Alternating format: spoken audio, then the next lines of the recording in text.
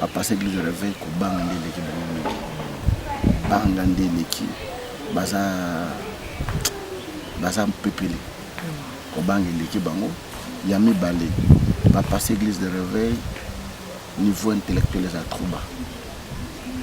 Il y a raisonner puis à réfléchir. Je n'en disconviens pas. L'église de réveil, c'est vrai ne bateau le baka qui pudité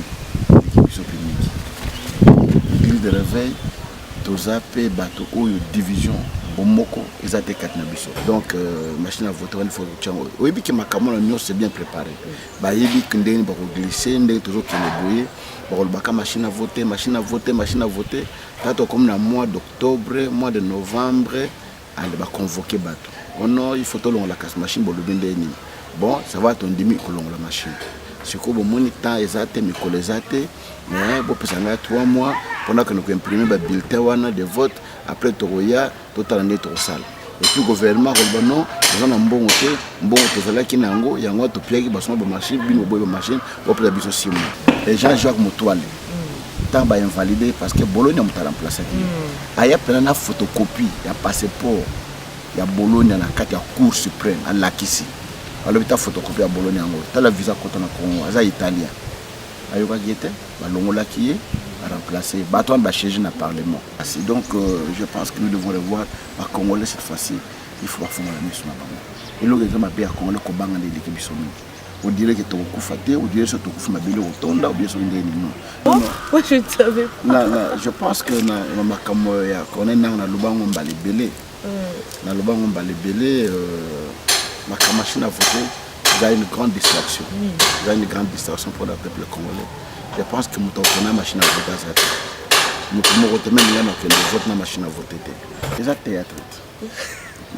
C'est un théâtre parce que Badi Bang baloba que asa congolais hein lelo bango balobi ko no Badi Bang asa congolais asa belge so na no maki Badi Bang so bali balanda Badi Bang balanda mutano maki mais ngana banga te pone bikilo weza kaka moko eza moko na kufa munduki na kufa na poison na kufa na maladie na kufa na accident na kufa na moto na kufa na prince kaliwa mais je Congo France Congo Balandi ya Congo France boyi malam na kati ya tranche na mito de la rano solo ya mboka Congo solo ya moko sala rapino pasi donc bon la radio mbete ya kabino ba inviter la biso de partager kana bango ba sujet les nous nazali nga mon côté nazali équipe technique na Congo France na Mbeli Bino un homme de Dieu un évangéliste au nom de Jean-Oscar Tiziamina Tibila. Bonjour évangéliste. Bonjour maman. Je peux dire monsieur Honoré. Comme tu veux. On aura la validation ou comment? Non, même pas invalidation, je suis honorable, honoré. Mais par rapport à ce qui se passe dans votre pays, quelle est votre réaction au choix du président Kabila de Manuel Chadari comme son dauphin? C'est non événement, ce n'est pas un événement, c'est normal. Je ne vois pas pourquoi les gens doivent en faire un problème, ou bien pourquoi les gens doivent être contents de quoi que ce soit. C'est normal, mais c'est Kabila, il est arrivé à la fin de mandat et depuis 2016. Alors c'était normal, prévisible qu'il devrait partir. Et puis il faut présenter quelqu'un d'autre dans le cadre de sa famille politique pour continuer la course. Par rapport à ce qu'on est en train de le traiter comme le père de la démocratie, parce qu'il a respecté la Constitution, tant que vous, député honoraire, que pensez-vous? Non, je ne pense pas qu'il peut être le père de la démocratie. En quoi est-il père de la démocratie?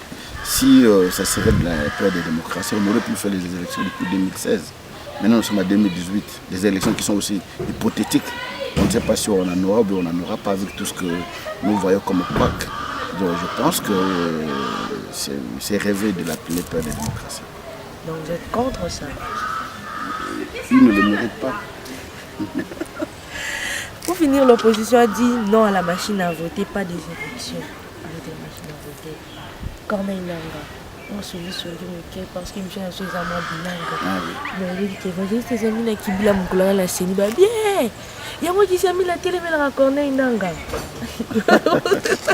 Moi je dis ah bon, moi je ne savais pas. Je pense que na Corneille Nanga na Lubango Mbalibele. Na Lubango Mbalibele, ma machine à voter. Il y a une grande distraction. Il y a une grande distraction pour le peuple congolais. Je pense que nous avons une machine à voter. moto moko te même yana okende vote na machine à voter te. Donc machine à voter il faut tchango oyebi ke makambo na nyonso c'est bien préparé bayebi ke ndenge bakoglisser ndenge tozokende boye bakolobaka machine à voter tato comme na mois d'octobre mois de novembre ale baconvoquer bato ono il faut tolongola kasi machine bolobi ndenge nini bon ça va tondimi kolongola machine sikoyo bomoni temps eza te mikolo eza te mais bopesa ngai 3 mois pendant que nous imprimons le bulletin de vote après tokoya totala nde tokosala et puis gouvernement koloba non oza na mbongo te mbongo tozalaki nango yango topiaki basoma bamachine bino boye bamachine bopesa biso 6 mois alors opposition mpe lokola baza mpe asofe de pouvoir baza mpe mamiolo baza mpe na eloko te oh non bon lokola eza nde bafi tosala gouvernement union nationale mpo togere kasi moment oyo moto akondima 3 mois ozala te moto akolinga 6 mois mpe ozala te ono sila comme ça totia kaka une année pour tosala baélection ya bien une année lisusu tokei. Transition avec Kabila sans Kabila. Moi je pense que le président Kabila a bloqué tout le système. Hein? Il a bloqué tout le système. 2016 a bloqué, 2017 a bloqué, 2018 a bloqué le système. Je pense qu'il faut qu'on ait un mécanisme sur ce que mais moi, député l'horaire évalué ses examens qui l'a lobby. Ma machine à voter comme le coup la distraction dans Mboka Congo. Le lot ni ONI, Senko va saisir la Nations Unies pour s'insurger contre la manipulation de la justice, exclusion et les élections biaisées dans le Congo. Mais ça biaisé, l'élection ça biaisé. Parce que famille politique et président Kabila pour tirer couverture na côté na bango. Quand ba pesa bango une année wana ba saisir yango. Mais ba condition ba accord ils ont ba point belé. Accord ba lobby matine Italie makambo ya décrispation politique ba respecter en côté. Ba lobby li makambo ba réfugiés ba bandiko ba za exil ba respecter en côté. Lelo oyo ba za makambo ba so respecter en côté. Makambo ya fichier électoral où ils allaient vraiment corrompus. Plus de 10 millions d'empreintes. Est-ce que Batongo va couper ou bien Batongo Batongo va faire la mise à pied ou va faire la mise à pied? L'empreinte, les alités, tous en abattent où Banamiki va enrouler plus de 6 millions sur 3 millions. Total, au moins 16%. Il y a bateau où va faire fictif. Il faut qu'on revoie Makambo. Il faut qu'on revoie. Donc, il y a des courses, c'était, c'est la course. Par exemple, tu as la course na biso na bandal. Yo, oza déjà toujours banda bandal ti mayanjil. Yo, oza déjà na victoire, na na bandal to ki mamba otoki. Yo, oza déjà en avance. Donc ça veut dire que bato na bango déjà en avance, il y a 16%. Mais la fois où yo, bango bati déjà à côté. Ata to bondi ma bimi premier, même na 40, il y a bimi na 30. Ya ko baksa 16 na yo wana. Abimi ka muto liboso. Donc je pense que toutes ces choses nous devons revoir. Donc les gens ont beaucoup souffert. Le monde est passé, mais il y a quand même beaucoup. Quand il y a passé, courant, ils allaient aux classe. Passe au monde ban. Je pense que le monde ban en mazokin. Multitude de bandes de vacances à prendre. Pour nous cahier, tout ça, minerval, et ça passe. Ils ont passé. Ils ont passé. Donc je pense que nous devons revoir à Congolais cette fois-ci. Il faut faire la mission. Et le réseau m'a bien à Congolais qu'on bang de l'équipe. On dirait que tu as fait, on dirait que tu as fait ma belle rotonde, ou bien sur une non. Je pense que cette fois-ci, il faut faire la mise, passer l'équipe. Nous avons ça n'a pas passé à ça. Balobi évangéliste alobaka maloba mosusu liboso ya caméra mais ntango atelemaka na etonga na ye alobaka makambo te abangaka bino basali ya nzambe kokona nous travailler na présidence de la République. Quand vous nous prêchez à l'église, c'est pas ça que vous dites aux gens devant la caméra. Non, nakoloba liboso ya caméra na liboso église wa bokobanga. Si on parle liboso ya caméra parce que les caméras mokili mobimezo landa yo na église moi bat mokio basaka liboso na yo. C'est le contraire, c'est bato le binde wana bakosi. Parce que na liboso église ne nakoloba makambo ya makasi po bazaka mokio. La caméra n'a pas de parce que et pas d'idée qui pour je pense que mokil mobile Rolanda Makambo. Alors si on a malam wapi, ben on bang à place, on bang la caméra, on bang l'église. Pasteur même ça hasard politique. Pasteur la biso boy, les pasteurs ne disent pas ce qui se passe na Katiamboka. La l'église, la pasteur va le pasteur monter à bolingo. Mais nous souffrons. Comment on va venir mettre tout sur la missa la bolingo l'église tandis que tout ça est de l'autre côté. Il y a une chaîne de télévision, on a le 5 problèmes. Oyo, il y a des collègues à pasteur. À passer d'abord sur l'église de réveil. passer l'église de réveil ko banga ndeleki bango banga ndeleki baza mpepeli ko banga ndeleki bango ya mibale passer l'église de réveil niveau intellectuel est trop bas. Il y a raisonner puis à réfléchir. Je n'en disconviens pas. L'église de réveil, c'est vrai que Batolbaka qui pidité. L'église de réveil, Tozape, Bato, division, Bomoko, Ezate Katnabiso. Toutes ces choses font que moi, tout le temps, je suis Bomoko, Ezate. La quoi, il y a Lokomoko, tant na Wuti Poto, na Zungi, na Kishasa, et na Sanksi Pasteur Nos. To Sangani pour toute sa déclaration à ma casse. To c'est quoi Betty, puis je photo Betty Lokomoko. To Sangani biso nyonso, to préparer ba texte, ba ligne, to convoquer presse nyonso, to écouter na seka, et pas passer mon pour toute sa déclaration. To comme on a pas passer mon Azate. Mais moninga mo devant la presse. Na bengo non na sana matanga, na bengo non na sana retraite, na bengo na zam. Donc c'est na sala déclaration na ngamoko. Donc pour dire que ça a créé aussi des problèmes. Oui, ça a créé des problèmes qui sont pas créés des problèmes comme d'habitude. Mais ngana banga te pour les kilo za kaka moko. Za moko na kufana munduki na kufana poison na kufana maladie na kufana accident na kufana moto na kufana prinza kaliwa. Mais je pense que sur les lots télémité, tous ça esclaves les lots. Lobi bana biso ba encore plus esclaves.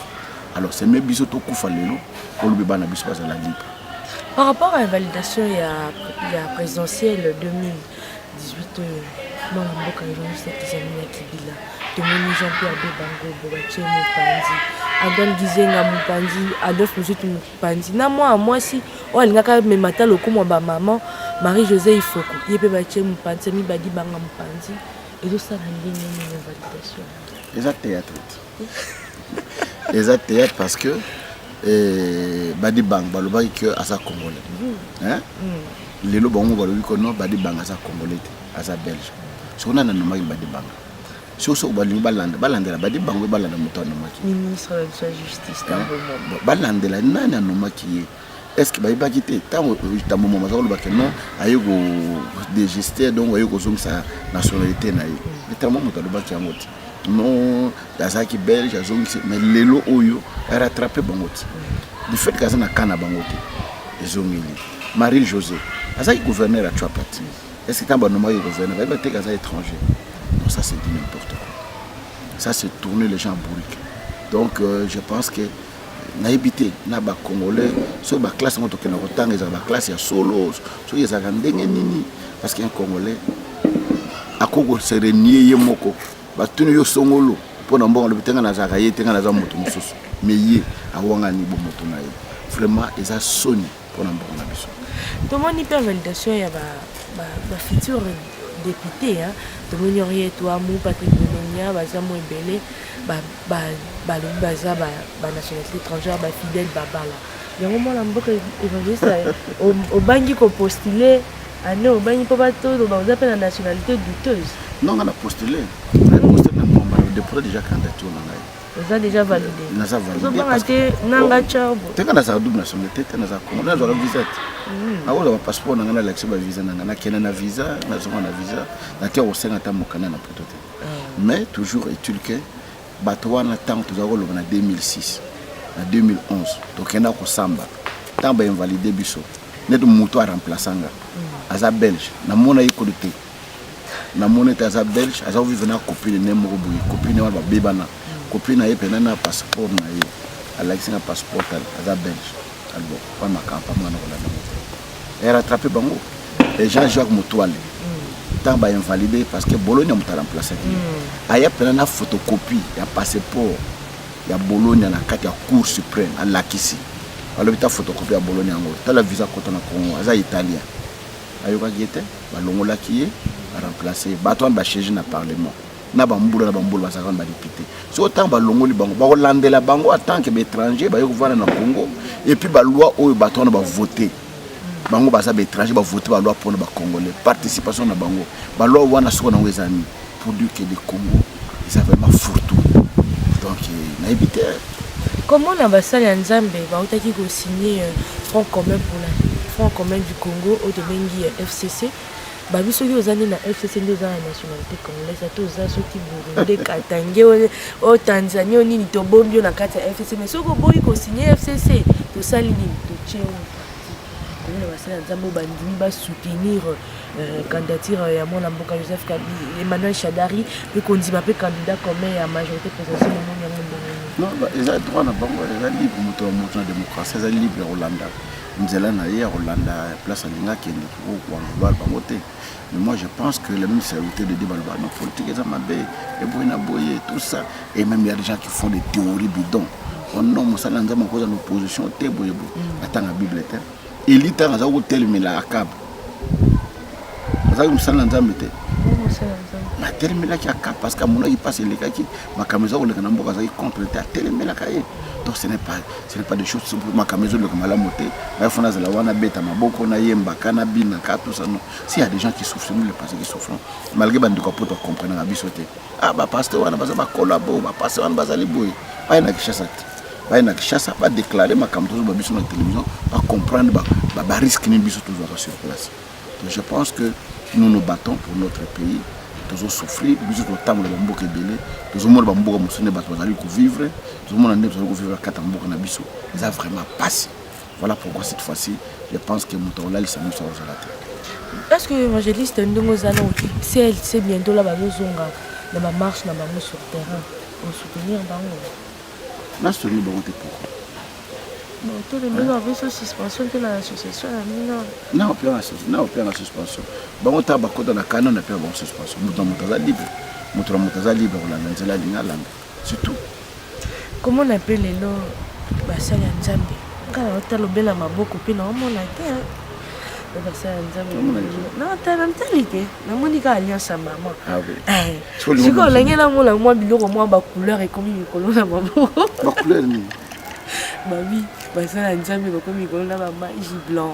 magie vert magie boye évangéliste bano bazoya nsima na bino balingi obe bascience kosangisa misala nzambe na bascience ezosala bino nde bino bo ozali lokola bapeur ya église réveil na mboka na biso moto aboma église ya mboka oyo eza gouvernement congolais gouvernement moto aboma mboka oyo oyo eza na profit na ye na profit na ye na désordre oyo ezali koleka kati na mboka na biso nous avons fait un effort ya kosala ke tosangisa baéglise toza na molobeli na niveau ya baéglise de réveil ya kozwa décision likolo ya baéglise pasteur aza malamu te azotambola malamu te tokoza décision moko likolo na ye tokosuspendre ye na eta alobi te le pays laïque moto aza libre ya kosala makambo na ye apesa mikanda na baéglise nyonso soki okende kotelemela moto wana likambo aza na statut na ye aza na règlement de l'intérieur aza na mikanda de l'état apesa ye azali libre ya kosala makambo na ye okosala eloko na peut rien faire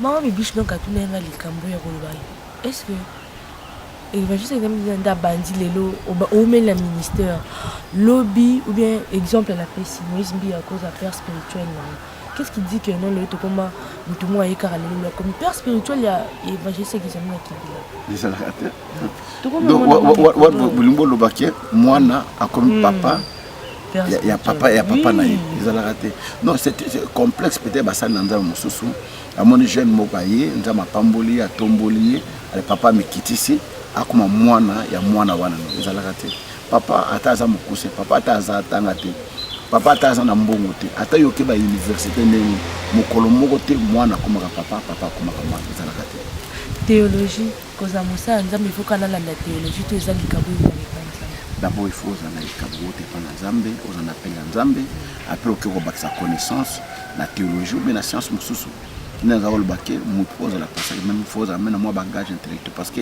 bible oyo totanga ekomana na monoko na biso te ekomana na grec ekomana na français ekomana na anglais ekomana na monoko ebele il faut oyeba baterme il faut oyeba point de virgule point de mot wana elingi koexplike nini etango ozo koexplike na bato oyebi nini ozoloba c'est très très important kotanga na classe.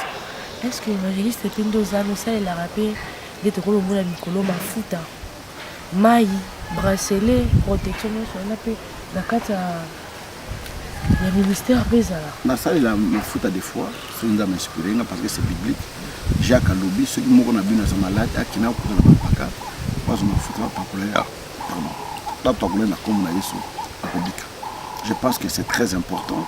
Mais le reste, la maille, la mouchoir, la protection, la vraie protection, c'est Kaka, Yesu.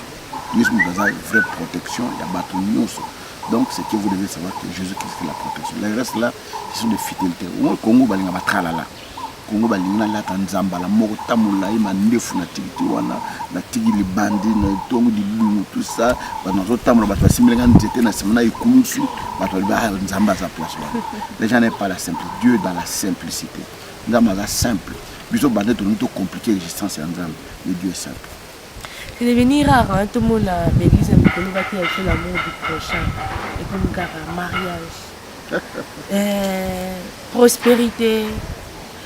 Donc, côté de la mari de nuit,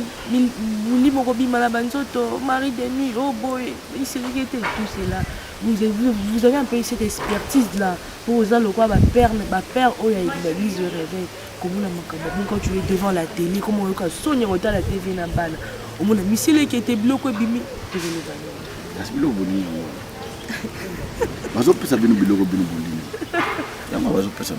moi, je pense que l'évangile, c'est un tout. Torté à prospérité, torté à délivrance, torté à guérison, torté à repentance, torté à non sur la Bible. Donc le Bible, les le cola nous maman zolamba, on a fouta, on a mongwa, on a pilipili, on a baba, ingrédients, tout ça. C'est ça la Bible. Mais au cause de la Bible, on a caca prospérité, on a caca délivrance, il faut torté à non sur la Bible. Est-ce que l'évangile est indéposable? Pour ça, il a rappelé science où il y a l'exorcisme, l'église catholique.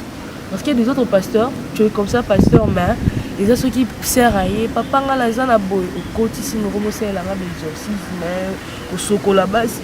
C'est comme une chose avec l'église. Oh, bougie, ça est la bougie, prière, l'exorcisme. Kombo na Yesu na sena moyi ezana kombo soki epesamela biso soki kombo na Yesu te à part kombo wana eloko mosusu ezali te. Moi je fais des grandes campagnes na Congo mobimba, je dis bien na Congo mobimba, il n'y a pas un évangéliste oyo ba évangile pas belé, mais il n'y a pas un évangéliste oyo asali ba campagne à minene kolekana na Congo. Na sa ba campagne na libanda ya Congo pe na mboka Congo. Na ba stade de Martyr, Tata Raphaël, 24 novembre, stade de Lubumbashi, stade de Brazzaville, stade de Pointe-Noire, stade d'Angola, stade na Gabon, stade na Côte d'Ivoire, stade de Mboke Belé, na Tamolo sa ba campagne. Mais tout ça je n'ai pas vu, mais j'ai vu des grands miracles. Comment on va parati au Tambola, comment on va vivre comment on va sur Koyoka, comment on va battre au Kangolama, na tout ça ba ngoma été le Komote, quand na kombo mo ya Yesu, ba kamwana ça. Quel Jésus? Non, Jésus-Christ de Nazareth, Jésus de Nazareth, trois fois de pays. Et ça, on est au Vandita, on est bien comme évêque. Pour la cause de la grade, évêque, apôtre. Non, ils sont malades, ils ont comme un titre. Malade de titre. La titrologie.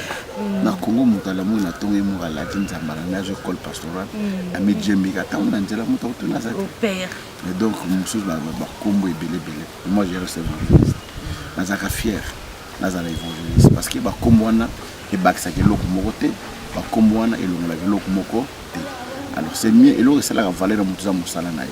So sala musala no kitoko sa musala malamu, musala wana ko pambola yo musala wana ko tombola. Les restes ce sont des futilités. Vrai ou faux, évangéliste qui examine, évangéliste examine et qui dit là, Azali moi na mon quoi bimina kati ya fruit à Tambouko. Si Tambouko a zata parce que na bon il ne pas Tambouko qui a bondé pour nanga ya binisi là il on a de très bonnes relations avec mon père de temps en temps et puis fin de ma semaine qui n'ont pas dit de dire na na sepela tangu mama tumba kufaka tangu Tambouko qui a zui malobazo lobalobi bana oyo lokola bakizami na bayebi pasi ya gêne bango nde ba vrai basali ya nzambe eza lokola bino te boye lobi magie donc là où tu étais na moyo kovanda na basali ya nzambe ebele mais batombolo na niveau wana donc na sepelaka nango vraiment makasi. Oui, parce que je m'humilie toujours na trace au monde oyo côté pananga côté sans au benginga na téléphone n'habite na tu as numéro de téléphone ngamona yambio tout ça tu as voulu me voir on s'est rencontrés. Voilà, je pense que c'est ça le travail. L'œuvre de Dieu, c'est comme ça. On dit que l'humilité précède la gloire, mais pas celle d'un mais l'humilité est comme l'orgueil. Natambouana, Moura, Natambouana, bah Jeep, tout qui 4 cortèges, me ballon. On a une pression de l'organisation, on a la caché le ça. Je toujours souffrir, surtout le camion de Tambouana, malgré que bomber la cabine, va passer à Mibi, Bambongo, va passer à Boy, toujours souffrir. Na Congo passé à Nambongo, ça a été. Toujours les moyens qui a Rolia, Rolata, peut-être il y a autant moins 1 litre. Mais tout autant, on a mis une occasion, et voilà, on a peut-être ça a 18 ans, 25 ans. Vous voyez, on a au Sokoli, tu prends les Nambongo. Ah, ou attends, les sauces, on le fait riche. Il y a la sauce alors que ça est parce que c'est pas pauvre bazali mutu asana moi iloko amone lokola bonga njoka bonga te na kongo muta bonga za te to bonga ndenge ni na saleni to bonga na mosaleni to bonga to ne loko te mais kitambola bamboka mosusu tala basana nzambe ya Trump na biso to banana bongo misala omona quartier mobile ya ye asana jet na ye asana mituka asana bata misala asana banka mebele biso ko banana ndenge ni biso to kono zona mile ba pauvre ba ndiko na biso ba zona poto papa finga ba papa ça ba zo mbongo ba ndiko mbongo ko wi ba pa na maman teka ka nduno wi be mbongo kombe ata piso 1000 francs ça no wi lo 1000 francs ça même $1 pas même €1 et ça 50 centimes pour que ça même $10 à prendre ba to bon ba ko pesa donc c'est la souffrance qui fait ça au Congo on n'a pas de pasteurs riches kasi po boko lia supandaka la soko lia supandaka la ngoza na ba MN ba Prado ngoza au medi supandaka la PC de Kangamio oloyo moyo kolongola te ba ko passer là au mongongo et puis peut-être pour qu'il na mbeto wana na vie zala yo sepela na oyo nzambe azopesa yo apesoli pa okara milima olali ebele bale misuni tomba la mokiti ebele batam na mituka wana akovana malamu te donc je suis fier de moi. J'ai toujours dit aux gens, je n'ai jamais touché le fisc 1 centime à pouvoir. Pas même 1 centime. Maman, selfie, t'es ton vidéo. Bah, l'exception, mon comme ça, on va dire que tout le monde a rare. Non, on a sepelé sur selfie, comme moi, les amis. Les vidéos, on a dit, c'est à moi. Parce que dans le moment, je n'ai jamais touché. Pas même 5 centimes. Attends, on dit. Là, il y a un peu plus en délire. Au Békengaï, tout le temps, on a un peu de temps. Yo zo ndima kutu kengana za député na kufela monde baboya opesanga ata indra ata 1 centime ti lelo député en fonction tout le monde veut être député les acoptes et na Congo les acoptes mosa les ate au monde moninga boza kotamula na ye akomi député akomi na voiture akomi na ndako et pour ça c'est ça la député akekuna eloko moko te donc rien ata mokolo moko loba te déclaration moko te débat moko te nini te akosala mpe eloko moko avani na ye donc je pense que ezali mawa mingi mpona mboka na biso eza mawa mingi et puis dans telle allure où vont les choses mboka ekotelema noki te bandeko no pa mboka ngele babina tuna ombeveve mbalobi bango tuna na l'évangéliste ezali na kibila bamama bapapa bakotisi infidélité na bamama nde bazolima nde ngambo na divorce bapasteur ezote ya biso nini pasteur ayaki na mama tomoni pasteur na mama après quelque temps divorce pasteur divorce ezalaka 5 ans ezalaka procédure molai mais on après 6 mois 4 mois pasteur abali mwasi mosusu moi j'ai toujours dit aux gens que divorce c'est la solution parce que moi celui qui me bala wana peut-être pire que les cas où yo bali wana aucun divorce. Je pense que place bato bazali ba problème ezala kaka esoka ka boyokana bobomisa so bazala misala mabe oza pasteur ça les délivrance délivrance c'est aussi na continuer à ça délivrance les adingam non mais bo bati la rapé ba couple hein vous ba couple non je pense que biso a passé photo d'abord batwana donc j'ai été toujours contre ça. En tout cas, tout le monde a chuté, je dis que le tout le monde a dit que ça quand même à 100 coups, tout le monde a cassé kuna violence viol écoutez pas ma mineur ba violé ba mineur tout le monde peut venir dans ce kuna la est ba utikozi ka ba sinistré ya Goma et ça nous toujours compatir na bango toujours na makoki to pour assister bango na koki na zalité to meni bango na losambo na biso nzambe mabona yeza likolamba na biso kola peuple nyonso oyo tomoni lobongo tomoni te baza ebele na mboka baza ebele eza bamboka mosusu tokenda na kota masimani mais la kosa la campagne amoni bana 18 ans mona mutuka te mwana zana 18 ans mona na voiture te ayo ka mutuka ezalaka ba toujours osima mutuka fazotala mais d'ici masimani beza une affaire ba 280 km bon so bazana fin fond e ba mboka bisusu ça passe ti lelo oyo na mboka na biso ezana bato sola mana mungu abasenzi ezana bato sokola bilamba na matita pai pai na banana mobeso na 21e siècle ça passe je pense que c'est tout. Merci. Merci beaucoup. Moi, déjà, je suis un candidat à la circonscription. Moi,